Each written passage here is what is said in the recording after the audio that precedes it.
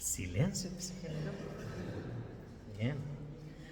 Vamos a ir entonces a terminar con esta miniserie de 3 predicaciones acerca de crianza, titulado Pastoreando el Corazón, la que, como ya explicó José, es parte de esta gran serie de sermones basada en el libro de Proverbios, que he titulado Sabiduría Divina para el Diario Vivir, la cual va a continuar en las próximas semanas con otras miniseries temáticas basadas en este mismo libro poético lleno de sabiduría de Dios.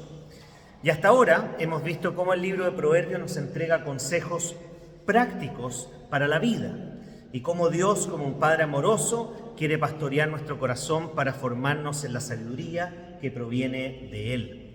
Por lo que esta miniserie nos ha enseñado que vivir sabiamente no depende de tu inteligencia, de tu éxito o de tus recursos, sino de cultivar un corazón que es influenciado por la Biblia y orientado hacia Dios. Y la semana pasada hablamos sobre las influencias formativas en Proverbios 1, 8 al 19 y 13, 20, donde vimos que cada uno de nosotros está constantemente expuesto a voces que buscan formarnos. Por lo tanto, el llamado de Dios es a discernir con sabiduría qué voces debemos seguir y cuáles debemos desechar, buscando siempre que sea la voz del Señor en su palabra, sus enseñanzas y su carácter, la que deforma nuestra vida por encima de todas las demás. Y a modo introductorio, los que vivimos en Antofagasta sabemos lo importante que tiene que ver el mar para nuestra ciudad, donde los barcos llegan a los puertos cargados de mercadería y recursos que dependen de una buena orientación para entrar de manera segura al puerto, ya que en medio de la noche, con las olas fuertes y la visibilidad escasa, los navegantes no se pueden guiar solo por su instinto, sino por los instrumentos de su barco y las señales que el puerto ofrece, como el faro, ya que sin una buena guía, un barco puede desviarse, chocar o perderse en el mar. Así también es nuestra vida cuando nos encontramos muchas veces en medio de la oscuridad, sin claridad sobre el rumbo correcto, con la tentación de confiar solo en nuestra propia intuición, sin considerar las herramientas que Dios nos ha dado para guiarnos. La Biblia nos dice que necesitamos un faro seguro que nos oriente hacia el Padre, y sabemos que ese faro es Cristo, quien es la luz verdadera que brilla en medio de nuestra confusión y que nos dirige al puerto seguro por medio de su palabra. Por lo que hoy hablaremos de cómo en lo cotidiano el corazón puede mantenerse alineado con Dios incluso en medio de presiones y tentaciones de la vida. Y para eso quiero partir, como es mi costumbre, dejándolos con una pregunta o un par de preguntas para profundizar esta tarde y ya el resto de la semana. Y las preguntas son las siguientes. ¿Hacia quién está orientada tu vida realmente? ¿Hacia quién está orientada tu vida realmente? ¿Tus deseos? ¿Tus temores? ¿La opinión de otros? ¿O hacia Dios mismo? ¿Hacia quién está orientada realmente tu vida? Vamos a orar para que el Señor nos sea guiando y desafiando con este texto del libro de Proverbios. Oremos. Señor, te damos gracias porque, como dice una canción que cantamos, ¿qué sería de nosotros si tú nos hubieras encontrado, Señor? Si tú no nos hubieras guiado, si tú nos hubieras tomado y nos hubieras llevado por el camino correcto, Señor. Desafíanos hoy día a darnos cuenta que no es suficiente solo conocer la fe. Esta fe hay que aplicarla y hay que vivirla. Y para eso tenemos que orientar todo nuestro ser hacia ti, siendo guiados por la palabra y fortalecidos por el Espíritu Santo para poder cumplirla. Señor, ayúdanos hoy día a recordar la importancia de fijar nuestros ojos en ti, el autor y consumador de la fe. Te lo pedimos en el nombre de Jesús. Amén. Entonces, si la gran pregunta es ¿hacia quién está orientada realmente nuestra vida? Hoy veremos en Proverbios 3, del 1 al 12, que nos responderá mostrándonos que la verdadera sabiduría no consiste en confiar en nosotros mismos, sino en rendir nuestra vida al Señor en cada área. Por lo que este pasaje nos invita a reconocer que nuestra orientación hacia Dios comienza con un corazón que recuerda, confía y se somete a la voluntad de Dios. Por lo que orientarse a Dios significa confiar plenamente en Él y no en nosotros mismos. Pero antes de llegar a la importancia de confiar en el Señor con todo el corazón y a este gran conocido pasaje en el versículo 5 y 6, los invito a que, para preparar nuestro corazón, vamos a Proverbios 3 del 1 al 4, donde el pasaje comienza con una exhortación que parece sencilla, pero es profundamente práctica. El padre le dice a su hijo: no te olvides de mi enseñanza y tu corazón guarde mis mandamientos. Es decir, la vida orientada a Dios no comienza con un gran acto heroico, sino con una disciplina cotidiana de guardar y recordar la enseñanza del Señor. Se trata de creer y atesorar la palabra de Dios en lo profundo del corazón. Y el resultado de esa disciplina, aunque como hemos dicho en Proverbios, no siempre una promesa, sino que son principios que en general se cumple, dice versículo 2, traerá largura de días y años de vida y paz te aumentarán. Lo que no significa simplemente que vivirás muchos años, sino habla de una vida plena, llena de contentamiento y paz delante de Dios. Por lo que el texto nos recuerda que el camino hacia la plenitud no es improvisado ni confuso. Comienza con obedecer y atar en el corazón la enseñanza divina. Luego en los versículos 3 y 4 se añade otra dimensión que dice: nunca se aparten de ti la misericordia y la verdad, átalas a tu cuello, escríbelas en la tabla de tu corazón. Por lo tanto, aquí se resalta que no basta con conocer la enseñanza, esta debe transformarnos en personas que viven con gracia, misericordia, en verdad y con fidelidad. Así como alguien lleva un collar visible en el cuello o algo tatuado en un lugar que es imborrable y que quiere que se note, el creyente debe dejar estas virtudes marquen su carácter de manera permanente, siendo visibles y evidentes para todos. Por lo que el fruto precioso de esto, versículo 4, es que hallarás gracia y buena opinión ante los ojos de Dios y de los hombres. En otras palabras, una vida orientada a Dios comienza con un corazón que guarda su palabra y se reviste de gracia y verdad, lo que inevitablemente se va a reflejar tanto en nuestra relación con Dios como en nuestras relaciones con los demás. En resumen, después de preparar el alma con la enseñanza y el carácter, el sabio nos invita a una decisión radical, que es orientar toda nuestra vida en una plena confianza en Dios. Lo que me lleva ahora sí al primer punto de esta prédica, titulada Confiar en el Señor con todo el corazón. Entonces, el corazón de esta sección, de este libro de Proverbios, es justamente estos versículos. Confía en el Señor con todo tu corazón y no te apoyes en tu propia prudencia. Reconócelo en todos tus caminos y Él enderezará tus veredas. Y solo quiero hacer un paréntesis diciendo que es muy importante que vayamos guardando y memorizando estos proverbios. No pierdan la oportunidad de memorizar la palabra de Dios y estos proverbios los van a acompañar toda la vida. Así que anótenlo en el celular, escríbanlo y péguenlo en el refrigerador, anótenlo en la guantera del auto, en cualquier parte que les recuerde estos principios.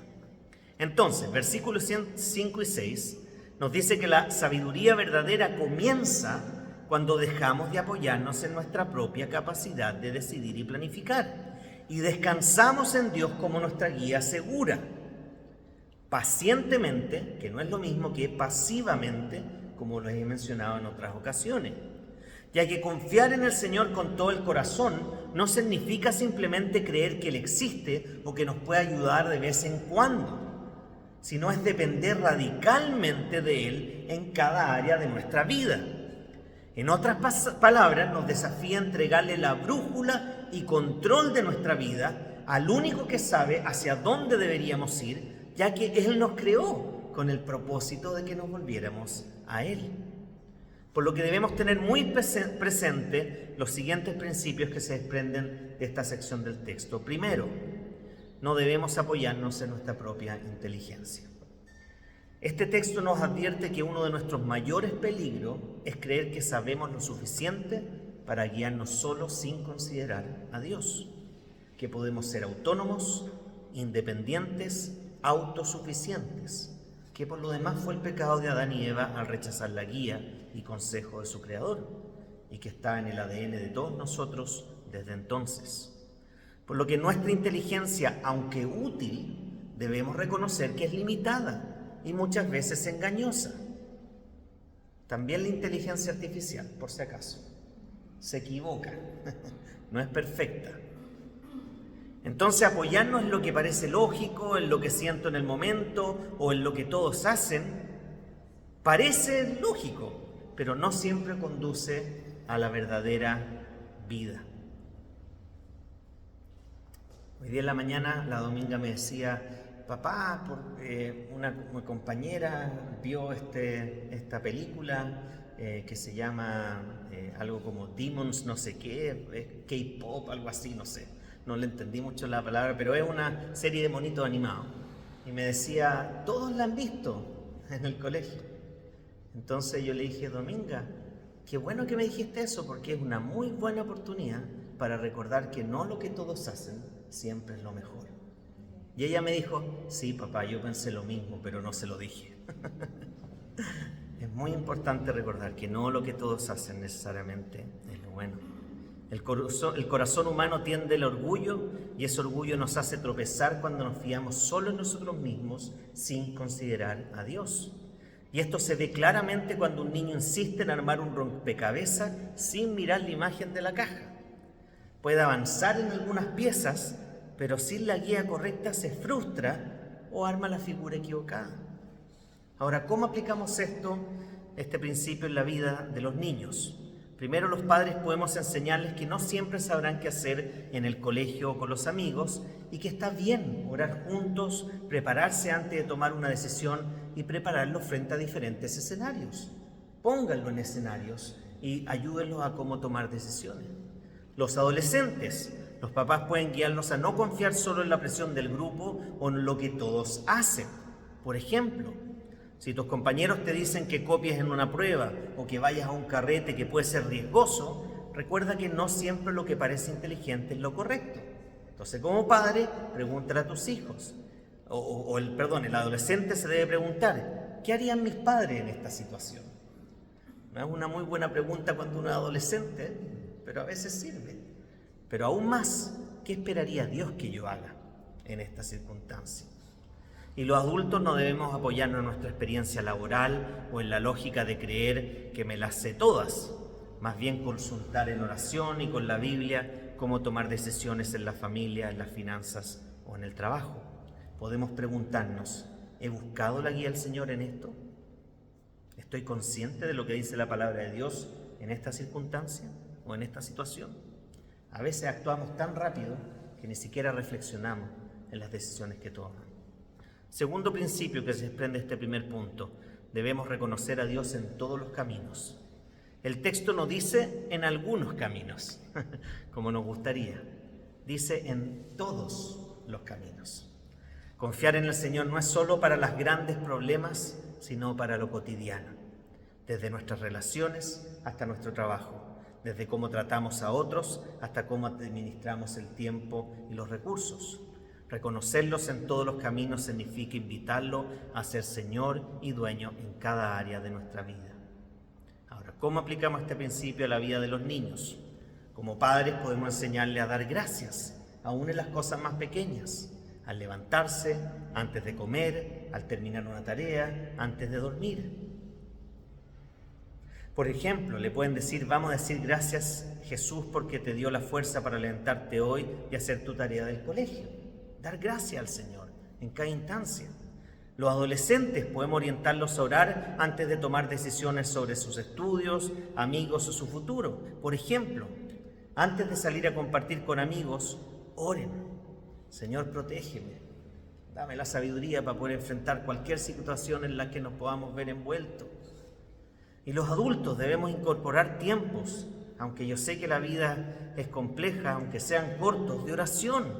Al comenzar la jornada laboral, antes de cerrar un negocio, al acostarse para agradecer, oremos.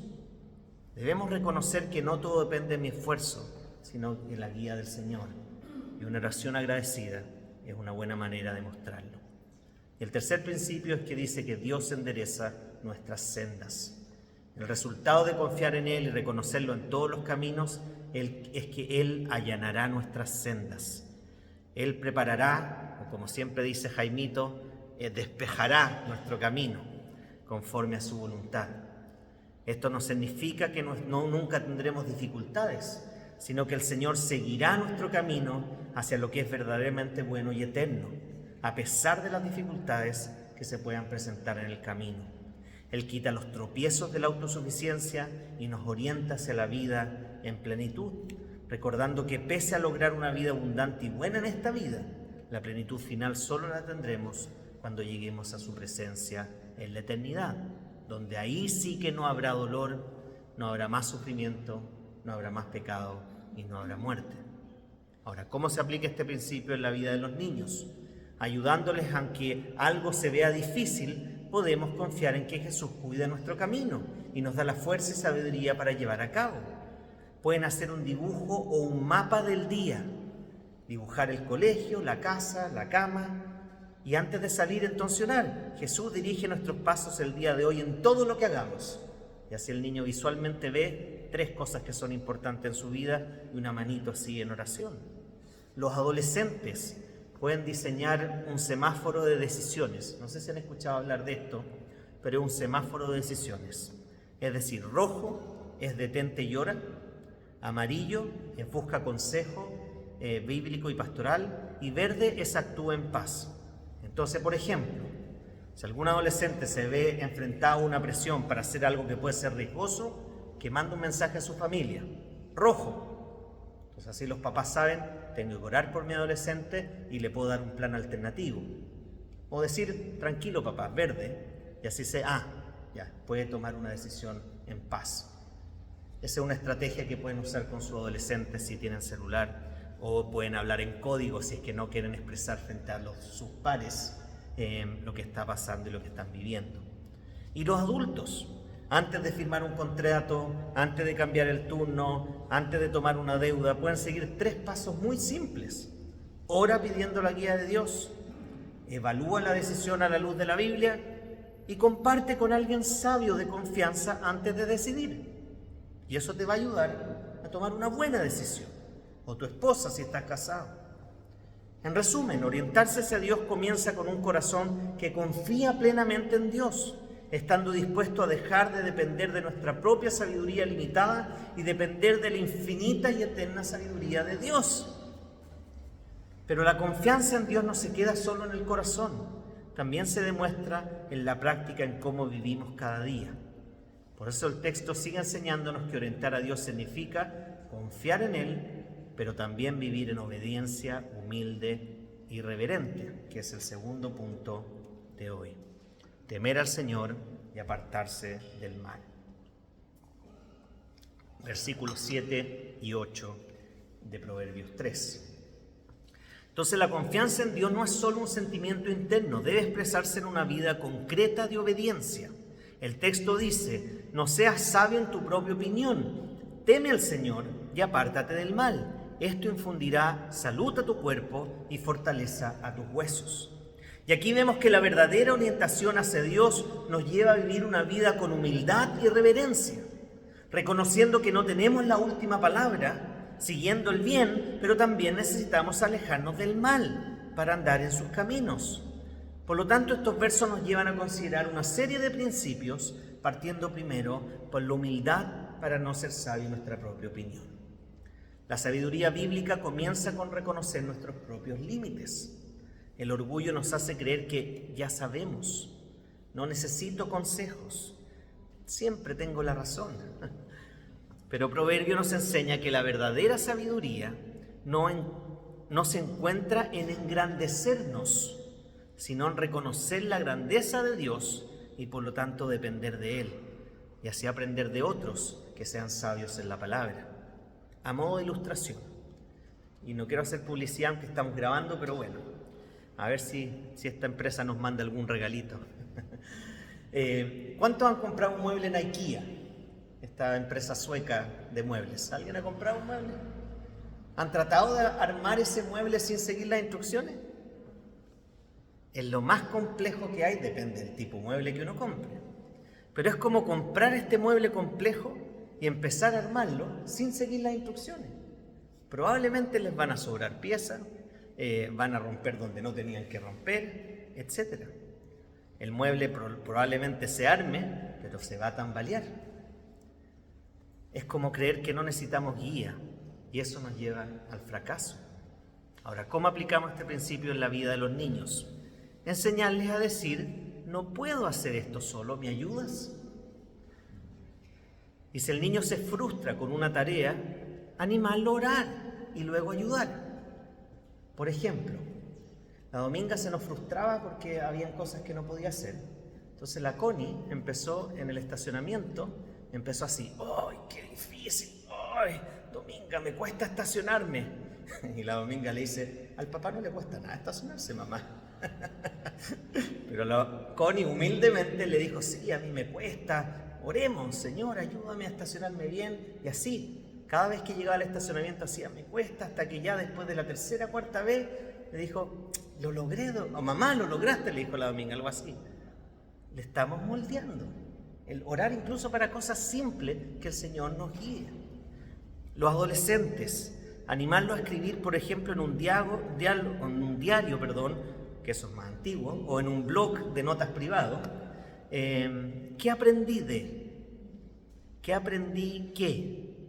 Donde cada semana pueda anotar qué cosa he aprendido de la Biblia, algo que algún adulto confiable me enseñó, o incluso algún error que cometí, y llevar un registro. Los adultos debemos recordar la importancia de que antes de hacer lo que me tinca hacer, buscar consejo bíblico y profesional si es necesario. Por ejemplo, si en la pega te ofrecen un atajo para cerrar un trato, puedes responder, déjame revisarlo.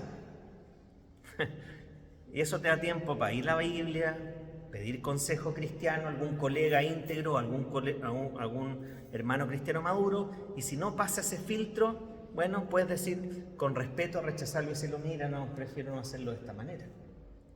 Lo que no es fácil en el ambiente laboral, tal como hablamos el sábado en nuestro desayuno de hombre. Segundo principio, temer al Señor con reverencia y confianza. Es importante tener en claro que el temor del Señor no es terror, sino que es un respeto profundo y reverente hacia Dios como Creador y Dueño soberano sobre todo y todos. Temer al Señor significa vivir conscientemente de que Él ve todo, gobierna todo y merece nuestra total obediencia. No es un miedo que paraliza, sino una confianza reverente que nos lleva a buscar agradarle en cada aspecto de la vida. A modo de ilustración, es como cuando un niño respeta tanto a su papá, no porque le tiene miedo, sino que porque sabe que lo ama, lo cuida y merece obediencia por el respeto que le tiene. Todos los que somos padres nos encantaría que nuestros hijos nos respetaran por quienes somos y no porque le infundimos miedo a ellos con las consecuencias de lo que van a vivir si es que no cumplen con lo que se le pide. Ahora, lamentablemente, muchos padres creen que la autoridad solo se ejerce con violencia y por lo tanto se imponen con miedo.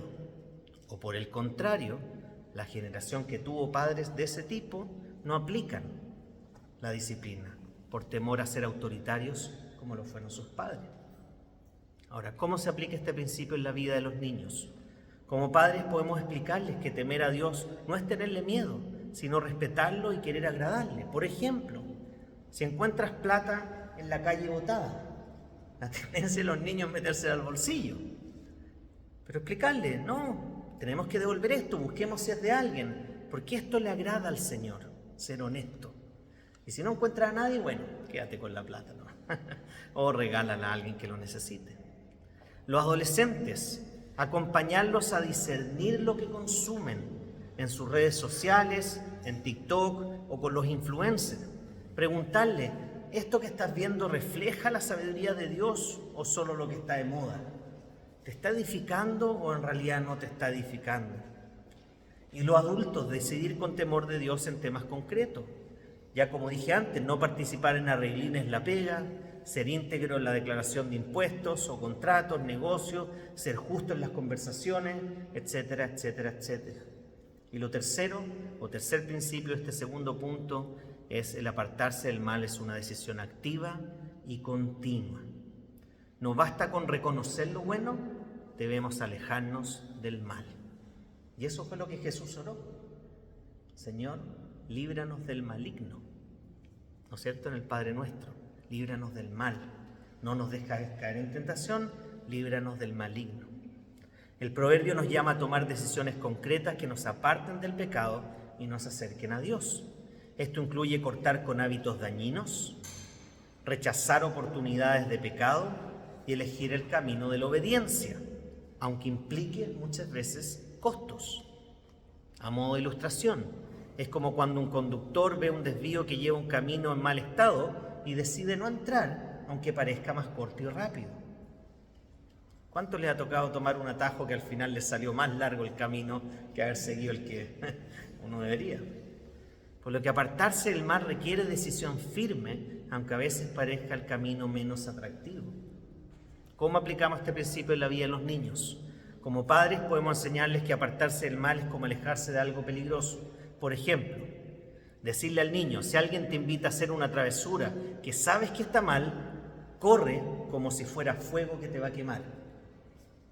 Esa imagen les puedo asegurar que en un niño le va a impactar.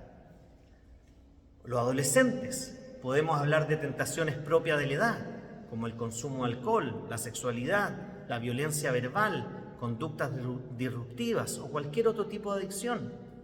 Apoyarlos no solo con consejos, sino con acompañamiento cercano. Decirle, hijo, hija, si alguna vez está en una situación complicada, escríbame, no estás solo, no estás sola. Te puedo apoyar. Los adultos debemos apartarnos del mal en el trabajo, en la familia, rechazar chismes, negocios dudosos, prácticas injustas. Tomar decisiones sabiendo que la salud del alma vale más que el éxito inmediato del cuerpo.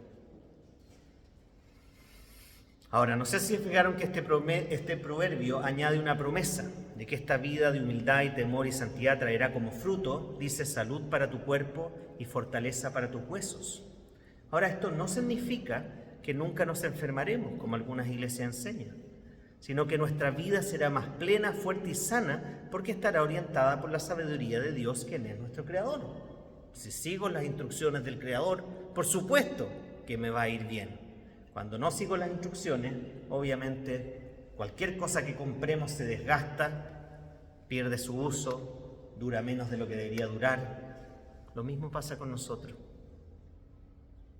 Por lo que hay una dimensión física, emocional y espiritual en vivir bajo la dirección del Señor.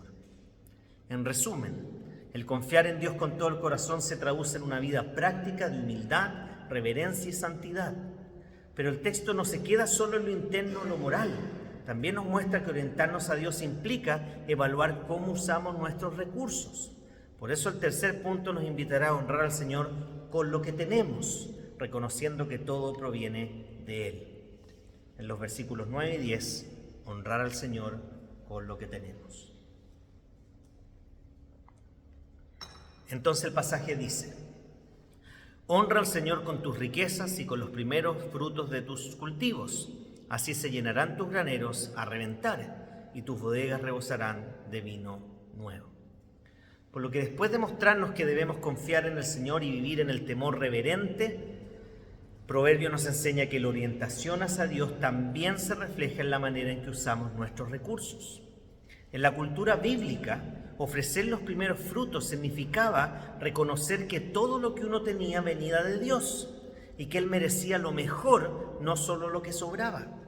Por lo que la verdadera orientación hacia Dios incluye nuestros bienes, nuestro tiempo, nuestros dones, que finalmente no son nuestros, sino que son dados por Dios para administrarlos de manera sabia y bíblica para su gloria y la edificación de su pueblo.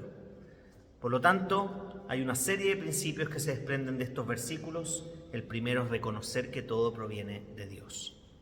Entonces, honrar al Señor con nuestras riquezas comienza con reconocer que nada de lo que tenemos es realmente nuestro. Dios es el dueño de todo y nosotros somos solo sus administradores. Por lo que cuando reconocemos esto, cambia nuestra manera de ver el trabajo, el dinero y los bienes. En vez de sentirnos dueños, aprendemos a vivir agradecidos y responsables administrando lo que Dios nos da. A modo de ilustración, es como cuando un niño recibe un juguete prestado. Sabe que no es suyo y que debe cuidarlo porque tiene que devolverlo en buen estado. Así son nuestros bienes, tiempo y dones. Son prestados por Dios para usarlos para bien. Incluso los hijos. Mi mamá siempre cuenta, yo soy el mayor de mi familia, y mi mamá siempre cuenta que lo que más le costó a ella es que cuando yo nací, ella hizo esta oración. Dijo: Señor, este hijo no es mío primero es tuyo. Wow, y los que somos papás, no es una oración fácil de hacer. Este hijo, esta hija es primero tuyo, tuya, antes de ser mío. Por lo que antes de dar debemos reconocer que nada de lo que tenemos es nuestro, ya que en esencia todo proviene del Señor. Somos administradores, no dueños absolutos de lo que poseemos. Ahora, ¿cómo aplicamos estos principios en los niños? Los papás podemos enseñarles a agradecer antes de cada comida y compartir un poco de lo que tienen. Por ejemplo, yo ya les expliqué, la Dominga tiene una caja plástica joyero que tiene 3 cajones. Y ella sabe que en sus 3 cajones, uno es para dar, otro es para ahorrar y otro es para gastar. Ahora tiende a llenar más el para gastar que los demás, pero ella decide cómo lo administra, pero por lo menos tiene en su mente estas 3 categorías. Y ella ya tiene pagada nuestra frase que decimos: gracias Señor por cualquier cosa. Y es tan animante como padre escucharla que frente a algún logro que ella hace, lo primero que dice: gracias Señor. Eso es ir influenciando con la fe. Los adolescentes, los padres pueden guiarlos a reconocer a Dios como proveedor y al recibir su mesada o pago por trabajos de pequeños, por ejemplo, apartar una parte para la iglesia o para ayudar a alguien en necesidad. Eso le enseña que lo que reciben no es solo suyo. Los adultos, reconocerlo en cada sueldo, en cada oportunidad laboral, en cada beneficio recibido y orar como familia en agradecimiento. ¿Cuántos de aquí, cuando les depositan el sueldo, juntan a la familia y oran?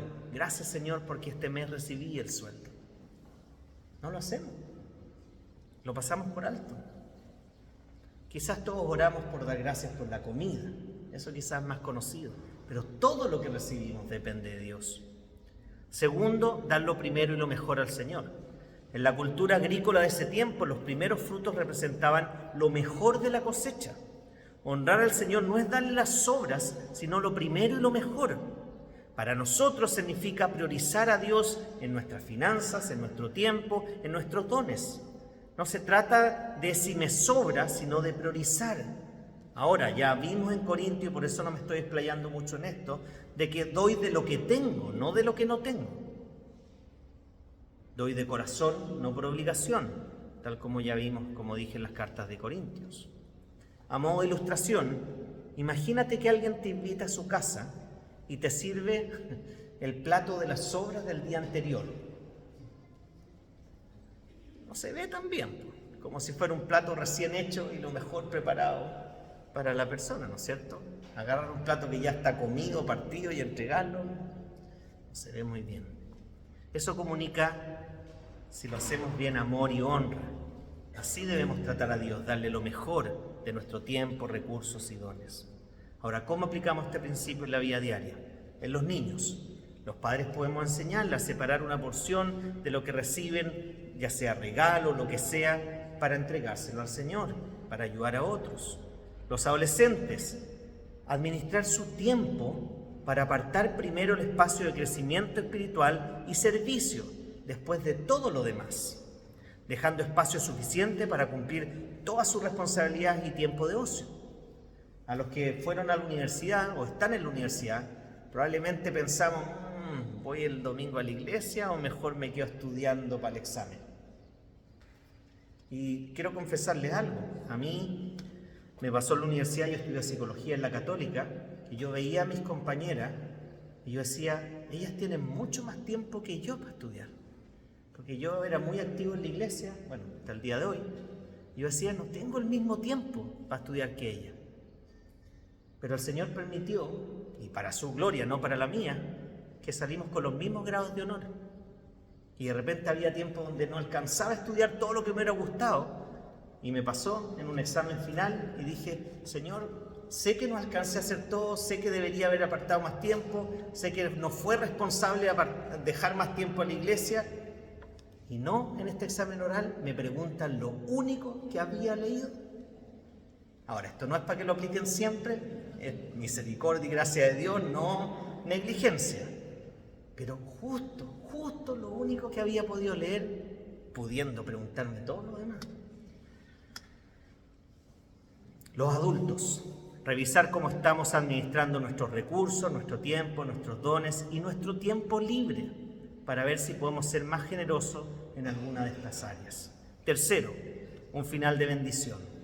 El proverbio promete que al honrar al Señor tus graneros se llenarán a reventar y tus bodegas rebosarán de vino nuevo. Ahora, esto no significa una teología de la prosperidad, sino que Dios promete provisión suficiente y abundante espiritual para todas tus necesidades. Por lo que aquel que orienta sus recursos hacia Dios experimenta la alegría de la provisión divina y la satisfacción de saber que su vida está bajo su bendición y cuidado. Cuando honramos al Señor, Él promete bendecirnos abundantemente, pero no necesariamente con las riquezas que nosotros esperamos, sino que con su provisión y su contentamiento. A veces su provisión involucra sufrimiento. A veces su provisión involucra perder un trabajo. A veces su provisión permite perder otras cosas para ganar lo que Él desea para nosotros. Así como una planta que recibe agua constantemente y se mantiene verde, así también es la vida de quien honra a Dios con lo que tiene. Siempre encuentra sustento y fortaleza. ¿Cómo aplicamos este principio a la vida de los niños? Los papás podemos mostrarles cómo Dios ha provisto en la familia comida, mesa, ropa, el colegio, y animarlos a dar gracias al Señor cuando ven estas bendiciones. A los adolescentes, los padres pueden compartir testimonios familiares de cómo Dios proveyó en tiempos difíciles un trabajo, una ayuda inesperada, una necesidad. Y yo atesoro mucho las historias que mi papá nos contaba en la mesa, de lo sacrificado que fue su vida y de cómo él, aunque fue sacrificado, ayudó a otros. Mi papá tenía un familiar que era pastor evangélico pentecostal en la isla de Pascua. Y él dice, siendo joven, se levantaba en la mañana, de lo que lograba juntar, iba a La Vega, compraba un cajón de algo, iba a dejarlo a alguna parte y lo mandaba a Isla de Pascua para ayudar a alimentar a ese pastor y sostenerlo, que era tío de él, siendo joven. Entonces esas historias animan de ser como Dios provee y como Dios puede usarte. Los adultos debemos confiar en que Dios bendice cuando lo ponemos primero, incluso si eso significa dejar de lado otras cosas. Una práctica concreta es llevar un diario de gratitud, ya sea familiar o personal, donde vamos anotando las bendiciones de Dios, porque eso, cuaderno, yo lo he dejado de hacer eso, pero ese cuaderno después cuando uno lo mira para atrás y en los momentos difíciles, ¡wow! Y uno ve, porque uno se olvida de las bendiciones de Dios. Y uno puede mirar concretamente lo que Dios fue haciendo.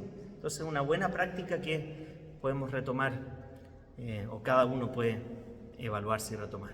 En resumen, hemos visto que orientarse hacia Dios significa confiar plenamente en Él con todo nuestro corazón, vivir en humildad, en temor y en santidad, y también honrarlo con lo mejor de lo que tenemos. Por eso el pasaje nos muestra que la verdadera sabiduría no es un cúmulo de consejos sueltos, sino una vida entregada al Señor en todas sus dimensiones, el corazón, la conducta, nuestros recursos. Pero el pasaje, fíjense, no termina allí. El sabio sabe que hay un aspecto de la vida cristiana que cuesta mucho más aceptar, y que sin embargo es lo central para nuestra orientación hacia Dios. Es la corrección y la disciplina del Señor. Porque no solo nos guía con su palabra y nos bendice con su provisión, sino que también en su amor nos corrige cuando nos desviamos. Y este es el último punto de esta predicación. Aceptar la disciplina del Señor como una señal de su amor. Versículos 11 y 12. Fíjense lo que dice. Hijo mío, no desprecies o menosprecies la disciplina del Señor, ni te ofendas por sus reprensiones, porque el Señor disciplina a los que ama, como corrige un padre a su hijo querido.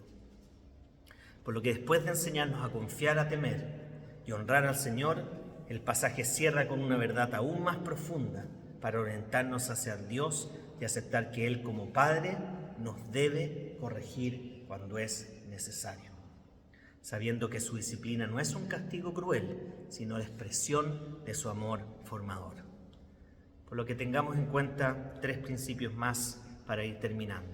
Primero, el no menospreciar la disciplina del Señor. Cuando enfrentamos pruebas o correcciones de parte de Dios, nuestra reacción natural puede ser enojarnos, desanimarnos o resistirnos. Pero el proverbio nos invita a no despreciar esa disciplina, sino a verla como parte de la guía amorosa de Dios. Como aquellos que somos padres sabemos que debemos hacer con nuestros hijos. A modo de ilustración, cuando un entrenador corrige la postura de un atleta para que no se lesione, así Dios nos corrige para fortalecernos. O una planta que le deben poner una guía para que vaya creciendo de forma ordenada y derecha. Esa es la guía y el crecimiento de lo que el Señor nos enseña. Ahora, ¿cómo se aplica con los niños? Los padres debemos corregir con paciencia, explicando: te corrijo porque te amo y quiero que crezcas bien, así como Dios nos corrige a nosotros. Y el otro día nos pasó con la Dominga, que ahora está con esta etapa que le cuesta acostarse, entonces se demora, se da vuelta. Entonces, cuando escucha mis pasos, yo escucho que como que se apura para ponerse o para vestirse o para ponerse el pijama. Entonces yo le dije: Dominga, ¿por qué cuando escuchas mis pasos empieza a hacerlo y no lo tomas como por ti misma? Y me dijo: papá, ¿cómo supiste eso? Y yo le dije: Dominga, yo también fui niño y hacía exactamente lo mismo, ¿no? Y ella me dijo: ¿pero cómo, papá? Sí, hacía lo mismo, por eso sé. Y por eso sé que es bueno que te pongas el pijama rápido para que no te vayas a resfriar. Con los adolescentes, acompañarlos a ver que los límites no son para molestarlos, sino para cuidarlos, y que se pueden negociar hasta cierto límite. Poner horarios, reglas claras en el tiempo de uso de redes sociales, explicando que Dios nos pone límites por amor, y como padres debemos hacerlo. Los adultos debemos reconocer que las pruebas y dificultades también son parte de la disciplina de Dios. En vez de enojarse con Él, aprender a preguntarse: ¿qué me quiere enseñar el Señor en este tiempo con esta circunstancia? O como vimos en Corintios, que pueden repasar, 2 Corintios 1, ¿cuáles son los para qué del sufrimiento? ¿Cuál es el propósito de por lo que estamos pasando ahora? A veces es explícito, a veces no. Segundo, la disciplina es señal de amor. El texto compara la disciplina de Dios con la corrección de un padre a su hijo querido. Dios no nos disciplina porque le guste hacernos sufrir, sino porque nos ama demasiado para dejarnos en el error. Y por lo tanto su disciplina es la prueba de que somos sus hijos. Si nos corrige es porque nos ama. Cuando un padre deja a su hijo jugar cerca del fuego o de algún otro peligro sin advertirle y sin detenerlo, eso no es crianza respetuosa. Eso no es una muestra de amor, eso es descuido y negligencia. El amor verdadero advierte, corrige y protege. Ahora, ¿cómo aplicamos estos principios a la vida? Con los niños, como padre podemos reforzar el amor en medio de la corrección. Después de que corriges a tu hijo, abrázalo. Cuesta porque uno a veces está enojado y disciplinar enojado no es recomendable. Mejor tranquilízate y después disciplina, pero abraza. después. Dile, oremos para que el Señor nos ayude a poder cumplir con lo que Él nos pide. Con los adolescentes, mostrarles ejemplos personales. Decirle, a mí también me costó aceptar la disciplina de Dios en mi juventud, pero hoy entiendo que era para mi bien. Darle ejemplos. Los adultos debemos ver en Cristo el ejemplo máximo. Hebreos 5:8 dice, aunque no pecó, sufrió y aprendió la obediencia. Jesús, por lo que sufrió en la cruz, dice, aprendió la obediencia. Por eso debemos confiar en que si somos disciplinados es porque somos verdaderamente hijos de Dios y para nuestro bien. Y el último principio de este último punto, la disciplina produce vida y madurez. Aunque al principio la disciplina incomoda, su fruto es vida y madurez espiritual. El pasaje conecta la disciplina con la orientación hacia el bien. De hecho, en el Nuevo Testamento, Hebreos 12, retoma este proverbio y nos recuerda que Dios nos disciplina para nuestro bien, para que participemos de su santidad, dice Hebreos. Y a modo de ilustración, es así como un árbol, cuando es podado, puede sufrir con esos cortes, después da más fruto. Así también es nuestra vida. A veces hay que cortar cosas, dejar cosas. ¿Cómo se aplica esto a la vida de los niños? Enseñarles que la corrección involucra un camino nuevo, por lo que debemos siempre unir disciplina con un paso concreto de restauración. Por ejemplo, si mintió, además de la consecuencia, el niño puede hacer una tarjeta de verdad, recordar un versículo bíblico que le refuerce la verdad, no solo la consecuencia de que mintió, sino que la importancia de la verdad, y que luego de orar pueda reparar el daño, ya sea pedir perdón, ordenar lo desordenado, etc. Con los adolescentes podemos usar el plan PODA, y esto sé que estamos en tiempo de campaña y no estoy haciendo campaña, por favor, con estas frases, clichés de campaña, pero el plan PODA es un principio que algunos cristianos aplican, de que cuando algo se vuelve un tropiezo, ya sea una aplicación, amistad o horario, se hace un plan por tal cantidad de vidas para reemplazarlo por algo sano o algo mejor durante esa semana. Por ejemplo, si TikTok te está afectando tu ánimo y tus tiempos, se desinstala por una cierta cantidad de vidas y se reemplaza por algo, ejercicio o por algo que sea saludable, por una disciplina espiritual. Entonces, plan PODA puede servir con los adolescentes con cosas que los están haciendo tropezar. O los adultos podemos tener una bitácora de aprendizaje en la prueba. Por cada dificultad anotar, ¿qué me muestra Dios en esto? ¿Qué debo podar? ¿Qué hábito nuevo debo plantar? Se puede hacer una revisión mensual con alguien de confianza. Quizás juntarme con alguien. Esto es lo que hice, esto es lo que tengo que cortar, esto es lo que tengo que dejar, esto es lo que tengo que fomentar, etc. Todavía no conozco el gimnasio del edificio. Y yo dije, cuando me cambie el edificio voy a empezar a usar el gimnasio. ¿Cuántos años llevamos en el edificio? Como 2 años. Todavía ni lo conozco, el gimnasio del edificio. En resumen, este cuarto punto completa el cuadro de cómo Dios nos orienta, no solo a través de nuestra confianza, nuestro temor reverente y nuestra generosidad, sino también por medio de su disciplina amorosa. Aceptar la corrección de Dios es reconocerlo como nuestro Padre y dejarnos guiar hacia la vida plena en Cristo. Ahora, esto es algo que no podemos hacer por nuestras propias fuerzas. Esto es algo que Jesús ya hizo. Por lo que tenemos que reconocer que este proverbio apunta a Cristo, que es la sabiduría encarnada. Fíjense, Él confió perfectamente en el Padre y nunca se apoyó en sí mismo. Jesús. Él vivió en temor reverente y se apartó de todo mal, viviendo sin pecado. Ese es Jesús. Él honró al Padre con lo mejor de sí mismo, entregando su vida como sacrificio perfecto. Eso es lo que hizo Jesús. Aceptó incluso la disciplina del sufrimiento en la cruz, no porque lo necesitara o lo mereciera, sino para que nosotros fuéramos hechos hijos amados de Dios. Eso es lo que hizo Jesús. Él cumplió perfectamente cada uno de estos principios que acabamos de mostrar. Y solo en Él podemos vivir de esta manera. Jesús es nuestro faro seguro que nos orienta al Padre y nos guía hacia la vida eterna. Termino con la pregunta que comencé. ¿Hacia quién está orientada tu vida realmente? tus deseos, tus temores, la opinión de otros o hacia Dios mismo. Oremos.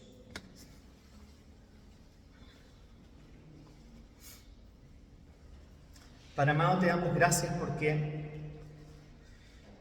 tú nos enseñaste a cómo significa, o qué es lo que significa y cómo debemos confiar en el Padre perfectamente sin apoyarnos en nuestras propias prudencia o inteligencia.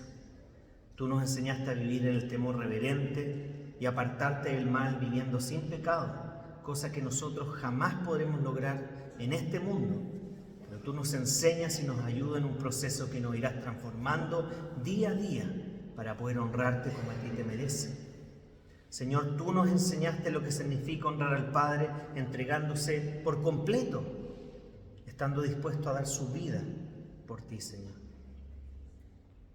Tú aceptaste la disciplina del sufrimiento en la cruz para que nosotros no tuviéramos que experimentar la ira de Dios en nuestra vida. Te damos gracias, Señor, porque cada una de estas cosas no es algo que vamos a poder hacer por nuestra fuerza. Es algo que tú en un proceso de toda nuestra vida, con la fortaleza que nos da el Espíritu Santo, en comunidad, que nos vamos ayudando unos a otros, podemos ir creciendo en estas áreas que necesitamos, Señor, ir creciendo.